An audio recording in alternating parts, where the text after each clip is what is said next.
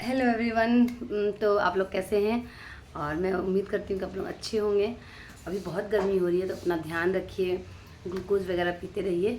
और जो new update है जाने का, अब आज 1 तारीख हो गया है और 6 को हमारे यहाँ से ट्रेन है सिकंदराबाद से। हम लोग यहाँ से न्यू दिल्ली जाएंगे, सॉरी हज़रत निजामुद्दीन जाएंगे और वहाँ से फिर हम ट्रेन लेके हरिद्वार, और हरिद्वार से फिर जीप या फिर बस जो भी अवेलेबल होगा, जो हमें सही लगेगा, क्योंकि काफ़ी ज़्यादा लोग जा रहे हैं मेरी फैमिली से। लगभग हम 8 पर्सन हैं। मैं हूँ, मेरे हस्बैंड हैं, दोनों बच्चे हैं आदित्य प्रतीक, और मेरी बड़ी मामी है, छोटी मामी है, मामा है छोटे वाले, और उनकी छोटी वाली बेटी है। और एक जो बड़ी वाली बेटी थी उसके एग्ज़ाम्स आ गए हैं, बीएससी के सेकेंड ईयर एग्ज़ाम, तो वो उसका जाना कैंसिल हो गया है। तो मैंने बहुत सारी तैयारियां कर ली हैं जाने के लिए, पैकिंग हो गया है। और सॉरी मैं आपको पैकिंग का दिखा नहीं पाई, क्योंकि अभी मेरी नानी आई हुई है और मैंने बताया था आप लोगों को कि मेरी नानी वगैरह, नानी मामी सब आने वाले हैं यहाँ पे। तो थोड़ा सा मैं बिजी हो गई थी फैमिली में। और मुझे ऐसा लगता है ना कि वीडियो बनाना ठीक है, ये मेरा जॉब है, मैं इसको बना रही हूँ, पर फैमिली के लिए भी टाइम निकालना बहुत ज़रूरी है। और मेरी नानी मतलब बहुत दूर रहती है यहाँ से, झारखंड में है, तो वहाँ से आई है तो थोड़ा टाइम देना बनता है। तो मैं आपको दिखाती हूँ कि केदारनाथ के लिए क्या क्या चीज़ ज़रूरी है, बहुत कंपलसरी है। कपड़े तो मैं आपको दिखा नहीं पाऊँगी, आप हमारे वीडियो में देखना कि हम क्या पहन रहे हैं। तो जो कपड़े वगैरह हैं वो तो पैक हो गए, मैं आपको बैग दिखा दूँगी। और उसके साथ जो हमने लिया है, क्या क्या लिया है हमने रास्ते के लिए, जो कि बहुत ज़रूरी है ले जाना, तो वो मैं आपको दिखाती हूँ। फर्स्ट तो मैं ये दिखाऊंगी आपको कि गैस चूल्हा, क्योंकि कभी ऐसा हो जाता है कि लैंडस्लाइड हो जाए, आप फंस जाओ, और बच्चे हैं हमारे पास में, तो हम होटल पे डिपेंड होके नहीं रह सकते हैं। तो हमारे पास कुछ खाना तो होना ही चाहिए, जैसे मैगी, ओट्स, और कुछ भी जो आपको पसंद हो आप वहाँ बना सकते हैं, और उसमें वेट भी नहीं होगा वैसा कुछ। तो मैंने जो लिया है, तो फर्स्ट तो मैं आपको अपना गैस चूल्हा दिखाती हूँ। छोटा सा चूल्हा है, अभी तो उसको लेके मतलब 2 साल हो गए हैं। मैं ये तीसरी बार केदारनाथ जा रही हूँ, और इस बार जो मेरी यात्रा है, मुझे पंच केदार करना था। मेरा ड्रीम था कि मैं केदारनाथ जाऊँ। और जब मैं केदारनाथ गई और वहाँ दर्शन हुआ, और पहले मुझे पंच केदार के बारे में मालूम भी नहीं था, और जब मुझे मालूम हुआ कि हाँ पंच केदार भी, देखो आप, मुझे पसीना कितना आ रहा है, अभी यहाँ पे कितनी गर्मी है, बहुत ज़्यादा ही गर्मी हो रही है यहाँ पे। तो जब मैं वहाँ पे गई और मुझे पता चला कि हाँ पंच केदार भी है, तो मुझे दर्शन करना था। और फिर मेरे हस्बैंड जो हैं वो बहुत अच्छे हैं यार, बहुत अच्छे, अभी के टाइम के लिए तो बहुत अच्छे हैं। हर एक ड्रीम पूरा करते हैं, जितना उनसे होता है वो सब कुछ अरेंज करते हैं मेरे लिए। तो जब मैं पिछले फर्स्ट टाइम तो मैं केदारनाथ और बद्रीनाथ घूम के आ गई, उतना कुछ मैं जानती नहीं थी। बट जब सेकंड टाइम मैं गई तो मैंने फिर वहाँ पे, प्रतिवर्ष मत करो, जब मैं सेकंड टाइम गई तो मैंने केदारनाथ घूमा, वहाँ पे दर्शन किए। उस समय पे मेरे हस्बैंड के घर के लोग थे, उनके साइड से, मतलब मेरे जेठ जेठानी, मेरी ननद और उनका बेटा। तो फिर मैं सोची कि मैं पंच केदार कर ही लेती हूँ। मैं प्लानिंग तो करके गई थी पंच केदार का, लेकिन जब फर्स्ट टाइम केदारनाथ हमने चढ़ा, तो मुझे ऐसा लगा ना कि ये दुनिया का सबसे टफ है, मतलब ट्रैकिंग जो है, आप जो समझ के जाओ कि आपका बुलावा है, आपको दर्शन करना है, आप ट्रैकिंग कर रहे हो, जो भी, मुझे बहुत टफ लगा फर्स्ट टाइम। क्योंकि मैं वैष्णो देवी भी जा चुकी हूँ बहुत पहले, और वैष्णो देवी मुझे उतना कठिन नहीं लगा था, पर केदारनाथ, ओ गॉड, फर्स्ट टाइम तो बहुत अच्छा था, मई में गई थी। पर जब सेकंड टाइम गई तो इतना मुश्किल हुआ, जून में इतनी बारिश हो रही थी, हमारा जो बैग था वो पूरा भीग गया था, बहुत बहुत प्रॉब्लम हुआ उस समय पे। लेकिन बहुत सारी जो नॉलेज होती है वो हमें हुई। आप जब पहाड़ों में जाओगे तो हर बार पहाड़ आपको कुछ ना कुछ सिखा ही देते हैं। तो जब मैं सेकंड टाइम मध्य महेश्वर चढ़ रही थी तो स्टार्टिंग तो काफ़ी अच्छा था, और उसमें थोड़ा सा प्रॉब्लम ये था कि मैंने जो शूज़ लिए थे सोनप्रयाग से, वो भैया ने मुझे शूज़ थोड़ा छोटा दे दिया था, मेरे मतलब बिल्कुल मेरे पैर में, मतलब हल्का भी लूज़ नहीं था, तो मेरे पैर में ना फोड़े हो गए थे। और मैंने पूरा स्लीपर में किया है ट्रैकिंग गाइस। मैं जब केदारनाथ से आई, मैंने वो शूज़ वहीं फेंक दिया, और जो मैंने स्लीपर रखा था दुकान पे, मैंने वो स्लीपर लिया और मैंने पूरा ट्रैकिंग स्लीपर में किया है। तो जब मैं मध्यमेश्वर के स्टार्टिंग पॉइंट पे गई तो मुझे थोड़ा लगा कि हाँ चलो ठीक है कर लेंगे, केदारनाथ तो इतना मुश्किल था, कर ही लिया तो ये भी हो जाएगा। बट जब मुझे उस जगह का नाम याद नहीं है, कौन सा जगह है जहाँ पे हम लोग रुके थे, गुंडियाल करके कुछ था ना, कुछ इसी तरह का नाम था, मुझे याद नहीं है। बीच में जो गांव था ना, वही था। तो हम जब वहाँ पे रात में हम गए, 1-2 घंटे हमने ट्रैकिंग किया, फिर रात में हमने नाइट स्टे लिया। एक अंकल थे वहाँ पे, आप शायद जानते होंगे उन्हें, सब लोग बाबा बाबा करके कहते। तो हमने वहाँ पे स्टे लिया, वो बहुत अच्छे थे, उनकी फैमिली बहुत अच्छी है, उन्होंने बहुत अच्छे से हमारा ध्यान रखा, खाना पीना हर चीज़। और प्राइस भी बहुत ही अच्छा था, ये नहीं था कि आपके बजट के बाहर है, बजट में था प्राइस। पर जब सुबह में हमने वापस से ट्रैकिंग स्टार्ट किया, बिलीव मी गाइज, मैं रो रही थी, और मैं बहुत ज़्यादा रो रही थी कि नहीं, ये रास्ता नहीं ख़त्म हो रहा, मैं नहीं जा पाऊँगी, हे भगवान, हे महादेव, मेरा यात्रा अधूरा रह जाएगा। और इतना कॉन्फिडेंट होकर मैं गई थी कि मैं पंच केदार तो कर ही लूँगी। पर जब मैंने रोना स्टार्ट किया ना, तो मेरे बच्चे मेरे पास आ गए। मैं हस्बैंड को बोली मैं अब नहीं जा पाऊँगी, और बिल्कुल मतलब वहाँ कोई फैसिलिटी नहीं है, घोड़ा नहीं है, पिट्ठू नहीं है। और मुझे ऐसा लगता है कि अगर आप कोई तीर्थ करने के लिए जा रहे हो तो थोड़ा कष्ट लेना चाहिए, क्योंकि कष्ट करने से ही आपको जो सुकून की प्राप्ति होती है ना, वो उसी से होगी। और जो रास्ते का व्यू है वो आपको घोड़े से जाने से या फिर पिट्ठू से जाने से वो आप उसको एंजॉय नहीं कर पाओगे। देखने में तो इजी लगता है कि हमें चलना नहीं पड़ेगा, हम घोड़े पे बैठ जाएंगे या पिट्ठू कर लेंगे। एक तो आप जानवर या इंसान किसी को भी कष्ट दोगे तो वो कहीं से भी, मुझे ऐसा नहीं लगता कि आप पुण्य करने जा रहे हो। सेकंड, आप एक ही जगह पे घोड़े पे बैठ रहे हो या किसी इंसान के पीठ पे बैठ रहे हो, तो उसमें भी आपको हिलना नहीं है, स्टैचू, मतलब बहुत प्रॉब्लम होता है। उससे अच्छा है कि आप बैठ के चलो, जितना मतलब थक गए बैठ जाते हैं, तो वैसे करके आपका जो यात्रा है वो बहुत अच्छा रहेगा। तो मैं जब रो रही थी, बहुत रो रही थी। और एक चीज़ है कि मेरे पास मेरा ओन कैंप है, मैं अपना कैंपिंग करती हूँ, पर बहुत जगह पे वो अलाउड नहीं है, और कुछ जगह पे लोकल वादे जो होता है, हर जगह ही होता है, तो उसमें तो कोई बड़ी बात है नहीं। तो जब हम वहाँ पे गए तो चढ़ते चढ़ते चढ़ते मुझे 2 दिन लगा मध्यमेश्वर चढ़ने में। हम लोग रात में पहुँचे हैं, 5 या 6 बजे, शाम की आरती होने वाली थी। फिर हमने वहाँ पे रूम लिया, और बहुत महंगा है रूम गाइज, बहुत ज़्यादा महंगा है। तो हमने वहाँ पे कैंप भी था, पर इतना ज़्यादा फ्रस्ट्रेट हो गई थी ना मैं केदारनाथ में, बारिश की वजह से इतना फ्रस्ट्रेट हो गई थी कि मैं बोली मेरे को कैंप अब लेना ही नहीं है। सॉरी गाइज, थोड़ी सर्दी हो गई है मुझे। तो कैंप में क्या होता है ना कि आप ठीक है आप सो रहे हो, लेकिन कैंप में भी ना ओस की बूंदें जो है वो पार हो जाती है, और आपका जो कंबल वगैरह है, लगेज है, जैसे आपने ऐसे ब्लैंकेट ओढ़ा तो नीचे तो वो गर्म है, पर ऊपर से वो भीग जाता है, फिर जब धूप आएगा तब वो सूखेगा, मतलब बहुत प्रॉब्लम फेस करना पड़ता है। तो जब हम लोग वहाँ पे गए तो हमने छत वाला ही रूम ले लिया। अब नाम तो मुझे नहीं पता है उनका, पर अच्छा रूम था, उन्होंने खाना वगैरह सब किया। हम टोटल 8 पर्सन थे तभी भी, और उन्होंने कुछ 5000 ऐसा कुछ चार्ज किया था, उसमें खाना इंक्लूड था एक नाइट का बस, और वॉशरूम वगैरह सब हमारे रूम में ही था। अच्छा बेड वेड था, ब्लैंकेट वगैरह सब कुछ अच्छा था। तो ठीक है, उतने हाइट पे अगर आपको इतनी फैसिलिटी कोई दे रहा है तो चार्जेस वगैरह का उतना कुछ इशू रहता नहीं है।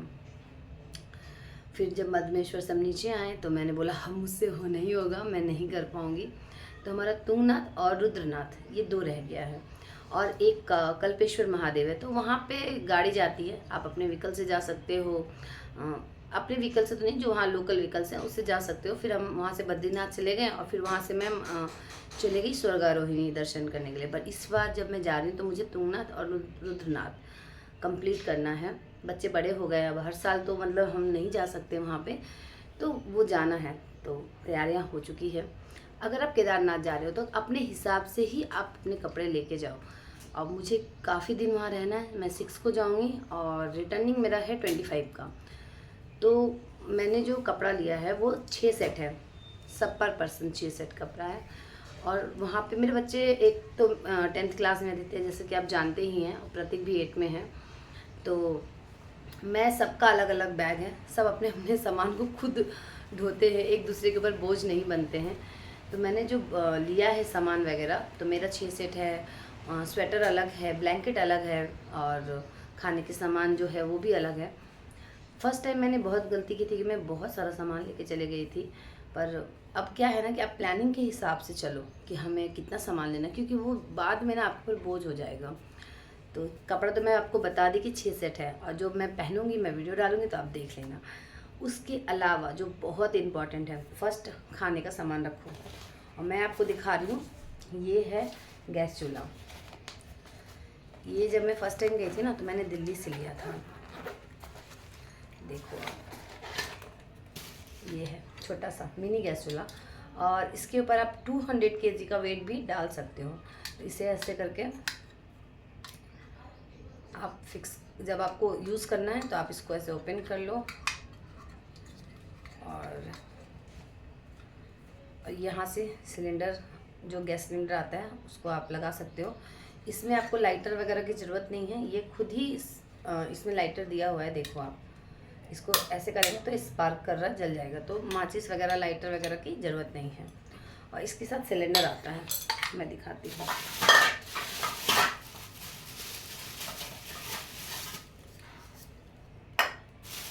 मैं पिछली बार गई थी तो मैं लेके गई थी, तो उसमें काफ़ी 1-2 सिलेंडर बच गया था, तो वो है, ये है वो सिलेंडर। देखो बुटेन फुल करके है ये। जैसा कि अंकल ने बताया था, मैंने ऐसे कुछ ट्राई करके तो देखा नहीं है। जितना मैं बनाती तो उतना घंटा वगैरह तो नोटिस नहीं करती हूँ। ये अंकल ने बोला था कि जब आप इसको यूज़ करोगे, कंटिन्यू यूज़ करोगे, तो ये 3 घंटे तक कंपलसरी जलेगा ही जलेगा। और ये अच्छा वर्क करता है। अपना यूज एंड थ्रो है, यूज़ करो और फेंक दो। और वेट इसमें बिल्कुल भी नहीं है, बहुत हल्का रहता है। इसका भी वेट नहीं है। जब आपको काम नहीं है आप इसको फोल्ड कीजिए और आराम से, देखिए ऐसे ये फोल्ड हो जाता है। इसको ऐसे मोड़ के अपना बैग में डाल लीजिए। तो ये तो हो गया कि हमारा खाना बनाने का। फिर उसके बाद जो आपको बहुत ज़्यादा ज़रूरी है वो दिखाती हूँ मैं। वो बैग देना जिसमें मेडिसिन वगैरह है। मेडिसिन आप कंपलसरी लेके जाओ।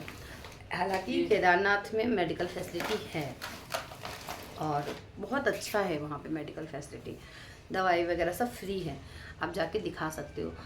पर जब आप पहाड़ों में जाते हो तो कंडीशन कभी भी चेंज हो सकती है। कभी लैंडस्लाइड आ सकता है, या जाम लग सकता है, या गवर्नमेंट आपको रोक सकती है, बारिश है, ओले गिर सकते हैं, तो आपको एक जगह रुकना पड़ जाएगा। आप उस जगह पे वो चीज़ अवेलेबल है या नहीं है वो कहना बहुत मुश्किल होता है। तो आप ना वो चीज़ कंपलसरी लेके जाओ। तो देखो जैसे कि मैं लेके जा रही हूँ ड्राई फ्रूट्स लेके जा रही हूँ गाइस। ये 2 kg है। अब तो ये 2 kg बचा नहीं, क्योंकि एक तो बच्चों ने खोल के आधा ख़त्म कर दिया, तो इसको मैं यहीं छोड़ दूँगी। ये 1 kg। थोड़ा सा भुना हुआ चना है, और ये देखो आप, ये ना कच्चा चना है। ये ले जाना बहुत अच्छा रहता है। अब मैं इसका रीज़न बताती हूँ क्योंकि ये हमारे बॉडी को बहुत फ़ायदा करता है। पेट जल्दी भर जाता है। और जब आप पानी की बोतल रख रहे हो ना, तो आप पानी की बोतल में हल्का 1 मुट्ठी ऐसे करके डाल दो पानी की बोतल में ही, ये उसमें फूल जाएगा। आप वो पानी पियो, पेट में ठंडा रहेगा, गैस नहीं बनेगा, और वो पानी बहुत फ़ायदेमंद भी होता है। तो आप वही पानी पियो और उससे अपना निकाल के खा लो। पेट भरता है, काफ़ी देर तक भूख नहीं लगती है। तो ये कंपलसरी लेके जाना है। और फर्स्ट टाइम मैं जब गई थी तो मैंने 4 पैकेट ये पी लिया था, फैमिली पैक। बट मैं फर्स्ट टाइम नहीं, सेकंड टाइम में। फर्स्ट टाइम में तो मैंने मैगी वगैरह लिया नहीं था। मैं नमकीन वगैरह ले गई थी, चनाचूर जिसको बोलते हैं, नमकीन ले गई थी, बिस्किट वगैरह था। और मैंने घर में बनाया था नमकीन खुद ही। वो था हमारा जो बिहार में बनता है ठेकुआ वगैरह, वो था। पेड़ा था, गांव से जो चाचा चाची आए तो वो शुद्ध दूध का पेड़ा बना के लेके आए थे, तो वो सब था। लेकिन जब आप केदारनाथ पहुंचोगे ना तो आपको ना भूख नहीं लगेगी। भूख वहाँ पे पता नहीं क्यों क्या है भगवान की महिमा कि भूख वहाँ लगती नहीं है। और फर्स्ट टाइम में हमें ये मालूम भी नहीं था कि वहाँ पे भंडारा वगैरह होता है। तो धीरे धीरे जब आप जा रहे हो तो नॉलेज होता है। तो फिर आप, ये वीडियो बनाने का पर्पस ही यही है कि अगर आप जाओ तो आपको कोई प्रॉब्लम ना हो। आप जब वहाँ जाओगे और जब आप भैरव बाबा के दर्शन के लिए जाते हो तो उस रास्ते में 2 जगह भंडारा होता है, टाइम से होता है। वहाँ नाश्ता, चाय, खाना सब कुछ अवेलेबल रहता है। बस आप टाइम से जाइए और खाना खाइए। गर्म पानी अवेलेबल रहता है, वो लेंगे, आरओ में रखते हैं गर्म पानी। आप जाओ 5 रुपीज़ या 10 रुपीज़ ऐसे कुछ चार्जेस है, आपको वो बोतल भर के पानी दे देंगे। तो मैं yippee ले गई थी और मैंने अभी तो मैं मैगी ले जा रही हूँ, देख लो आप, ये 2 पैकेट्स हैं, ज़्यादा मैं नहीं लेके जा रही। केदारनाथ में खाने का उतना कुछ खास प्रॉब्लम है नहीं, मेन प्रॉब्लम होगा मुझे रुद्रनाथ में, और बच्चे हैं तो रास्ते वगैरह में जो भी होगा तो वहाँ पे। तो मैं ये 2 पैकेट्स ही लेके जा रही हूँ। रीज़न बताती हूँ क्यों। फर्स्ट टाइम जब yippee लेके गई ना, तो मैंने एक फैमिली पैक बनाया और हम सब ने खाया भी, अच्छा लगा। चलो अब वहाँ पे आप प्याज वगैरह तो यूज़ नहीं कर सकते, ऑयल यूज़ नहीं कर सकते, गर्म पानी करो उसमें डाल दो, जो मसाला वगैरह है वो डाल के बस वैसे ही खाना है। पर सडनली मेरे हस्बैंड को ना एक कॉल आया कि उनका एक फ्रेंड है, वो भी केदारनाथ आया हुआ है, तो उन्होंने ऐसे बोला कि चलो एक पैकेट और बना दो। तो मैंने सोचा कि अब मैं उसको थोड़ा बनाऊंगी तो वो पूरा वेस्ट हो जाएगा या टूट जाएगा, तो मैं उसको फिर से बना देती हूँ पूरा फैमिली पैक, और सब थोड़ा थोड़ा और करके खा लेंगे। जब मैंने सेकेंड टाइम बनाया ना, बिलीव मी गाइस, वॉमिटिंग आ रही थी खाने के टाइम पे। 1 ईयर हो गया है, ना मैंने खाया ना मेरे बच्चों ने खाया। मेरे हस्बैंड तो वैसे भी बाहर की चीज़ें बहुत कम खाते हैं, हमने yippee लाया ही नहीं है।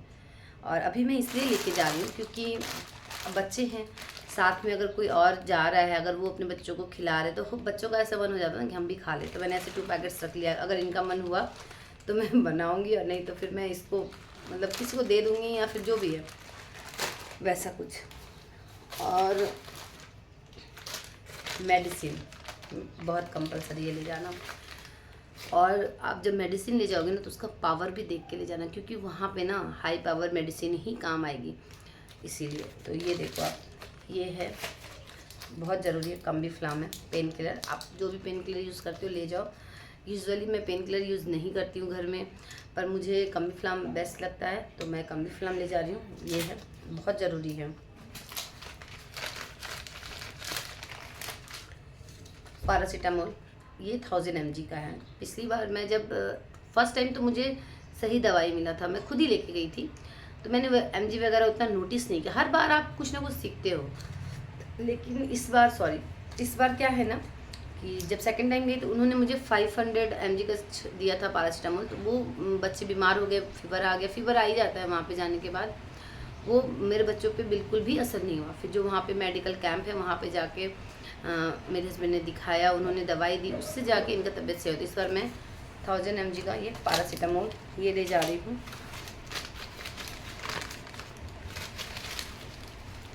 और ये है वॉमिटिंग के लिए 4 पीसेस, अगर बाई चांस वॉमिटिंग वगैरह आए तो उसके लिए। थोड़े बहुत आप ये विक्स वाले चॉकलेट्स ले जाओ।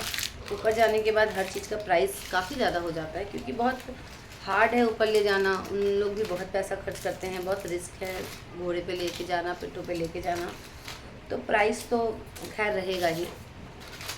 और दिखाती हूँ मैं आपको, जैसे अगर आपको गैस का प्रॉब्लम है तो आप इनो ले जाओ। मैं हमेशा ले जाती हूँ इनो।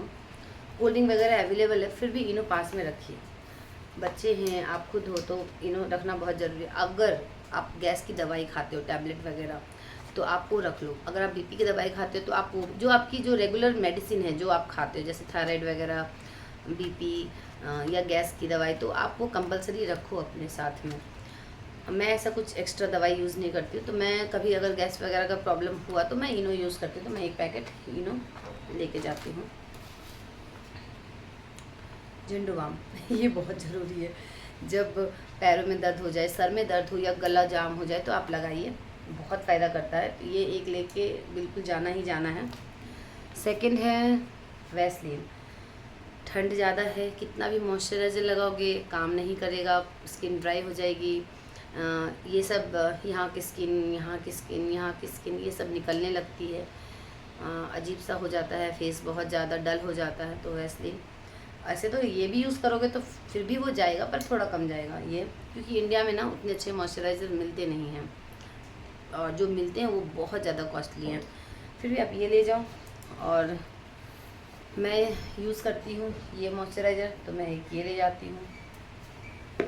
और जो सेकंड टाइम मुझे लेसन मिला है पहाड़ों में, जब मैं बारिश में गई थी, तो सच बताओ मैं नेल कट करके गई थी, पर जब बहुत बारिश हो रही थी, बहुत ज़्यादा बारिश हो रही थी, तो उसमें कीचड़ था, गोबर था, बारिश, मिट्टी, तो वो ना मेरे नेल्स में चला गया। एक तो मुझे शूज़ अच्छा नहीं मिला, और वो मेरे नेल्स में चला गया था और मुझे इतना पेन हो रहा था, मैं चल ही नहीं पा रही थी, स्लीपर में भी नहीं चल पा रही थी। और मैं दूसरे यात्री से पूछ रही थी कि आप ना नेल कटर लेके आए हो क्या, क्योंकि दुकान में नेल कटर ही नहीं मिल रहा, आप नीचे आओगे तभी नेल कटर मिलेगा, आप नेल कटर लेके आए हो। और लगभग मैंने जितने भी यात्री से पूछा सबको सेम ही प्रॉब्लम था और कोई भी नेल कटर लेके नहीं गया था कि नेल कट करके वो मिट्टी को बाहर निकालना है। बहुत बहुत मैं तो दुखी हो गई थी, मैं बहुत रो रही थी सेकंड टाइम में। तो ये बहुत ज़रूरी है ले जाना, ले जाइए, क्योंकि अगर नाखून बढ़ गए, मिट्टी आ जाए तो क्लीन करने के लिए नेल कटर। और ये तो हमारा हो गया इधर का बहुत ज़रूरी सामान जो मैंने आपको दिखाया।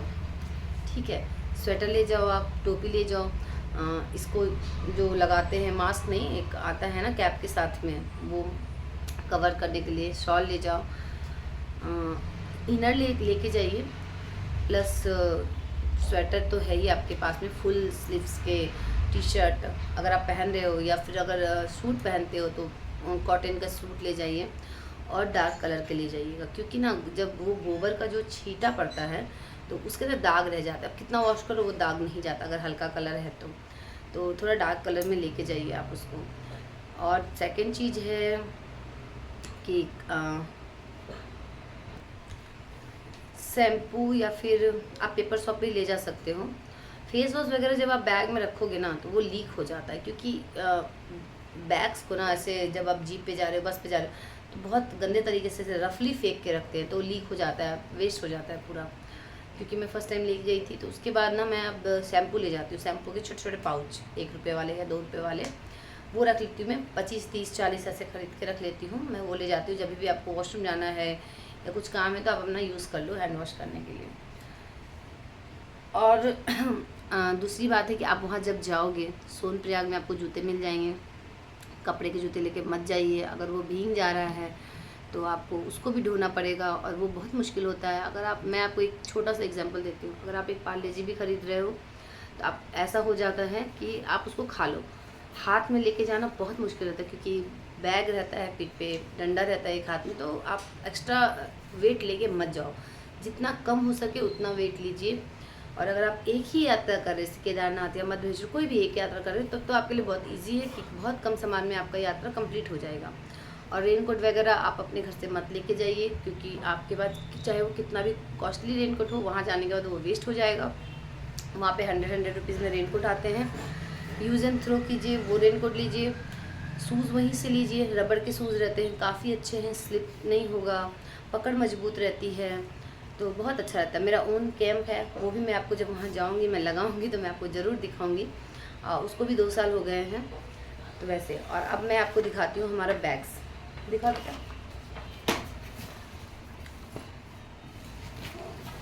ये है हमारा ट्रैकिंग बैग। देखो तो ये 2 बैग है ऐसा, ये काफ़ी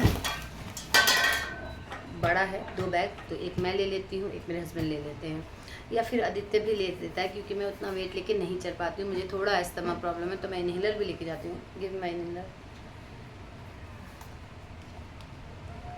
तो इनहेलर भी मैं लेके जाती हूँ, ये भी मेडिकल में है। अगर आपको ऐसा कुछ दिक्कत है तो आप लेके जाइए। अगर आपको ऑक्सीजन प्रॉब्लम है तो वहाँ पे आप सोनप्रयाग जाओगे, वहाँ पे ऑक्सीजन वगैरह भी देते रहते हैं, तो आप वो भी लेके जा सकते हैं। और 2 बैग जो मैं ले जाती हूँ वो छोटा है, स्कूल बैग है, देखिए वेट नहीं है बिल्कुल भी, तो आप ये लेके जाइए। ये दोनों बैग, ये दोनों भाई, मतलब टोटल हमारे पास 4 बैग्स हैं, 4 पर्सन 4 बैग, सब अपना अपना उठाते हैं। मेरे और मेरे हस्बैंड वाले बैग में थोड़ा ज़्यादा वेट रहता है, पर जनरली मैं उठाती नहीं हूँ, आदित्य ही ले लेता है मुझसे कि हाँ मम्मी से ये चीज़ होगा नहीं, तो बस वही कर लेता है। तो हमारी तो यात्रा मैंने आपको दिखा दिया, जो भी बहुत ज़रूरी चीज़ें, हमारा रजिस्ट्रेशन भी हो चुका है। और अगर आप लोगों को कुछ पूछना है कि क्या क्या चीज़ चाहिए या हम कब जा सकते हैं, अगर आप जाओ ना गाइस, तो मैं सच बताऊं तो आप पट जब खुल रहा है उसके बाद 1 मंथ के अंदर ही चले जाओ। अगर आप जून जुलाई में जा रहे हो ना, बहुत मुश्किल है, बारिश इतनी होती है, प्लस वहाँ पे बहुत रिस्क है, लैंडस्लाइड बहुत होते हैं, बाढ़ आने का खतरा है, बादल फटने का खतरा है, बहुत बहुत प्रॉब्लम है केदारनाथ में। तो आप ना फर्स्ट में चले जाओ जब पट खुल रहा है, उस 1 मंथ के अंदर, और नहीं तो फिर आप अक्टूबर नवंबर में जाओ जब पट बंद होने वाले होते हैं, उस समय आप स्नोफॉल देख पाओगे, अगर आपको स्नोफॉल पसंद है तो। पर बच्चों को लेके जाना काफ़ी रिस्की हो जाता है, क्योंकि बच्चे उतना ठंड एडजस्ट नहीं हो पाते हैं, बीमार हो जाते हैं। बीमार तो वैसे भी वहाँ पे जब आप पैदल यात्रा करोगे तो हो ही जाओगे, बॉडी पेन वगैरह बहुत सब कुछ हो जाता है। लेकिन सबसे बड़ी शांति है जब आप मंदिर देखोगे तो आपकी सारी थकावट ख़त्म हो जाएगी। और जब जैसे अब हम यहाँ से जा रहे हैं, हमने ट्रैवल किया गाड़ी ट्रेन में, और जब हरिद्वार जाओगे गंगा जी में आप स्नान करोगे तो सारा थकान तो वहाँ पे ख़त्म हो जाएगा। और अगर आप लोगों को कुछ और भी जानना है तो आप लोग कमेंट कीजिए और मैं आपको रिप्लाई ज़रूर दूंगी। और अगर आप लोगों ने मेरे चैनल को सब्सक्राइब नहीं किया है तो प्लीज़ मेरे चैनल को सब्सक्राइब कीजिए। और हम जो यात्रा पे जा रहे हैं हमारे साथ महादेव के दर्शन कीजिए, 4 केदार के दर्शन हो जाएंगे। कोशिश करूँगी मैं 4 केदार करने का इस बार। और हमारा जो प्लान है वो ऐसा है कि पहले हम केदारनाथ जाएंगे, फिर हम वहाँ से तुंगनाथ जाएंगे, फिर तुंगनाथ के बाद हम गाड़ी लेके रुद्रनाथ नहीं करेंगे, हम वहाँ से चले जाएंगे कल्पेश्वर महादेव, और वहाँ से फिर हम बद्रीनाथ चले जाएंगे। तो क्या होगा ना कि हमारी बॉडी को थोड़ा रेस्ट हो जाएगा। अगर कंटिन्यू आप जा रहे हो तो आप नहीं चढ़ पाओगे। तो वहाँ से जब बद्रीनाथ से रिटर्न में हम रुद्रनाथ ट्रैक करेंगे और फिर वापस रिटर्न घर को आएंगे। तो अगर आपको कोई भी क्वेश्चन हो, कुछ भी ऐसा क्यूरियोसिटी हो पूछने का, या जानना चाहते हैं या आप जा रहे हैं तो कमेंट कीजिए, और कमेंट में हर हर महादेव जरूर लिखिए, और मेरे चैनल को सब्सक्राइब कीजिए। Thank you.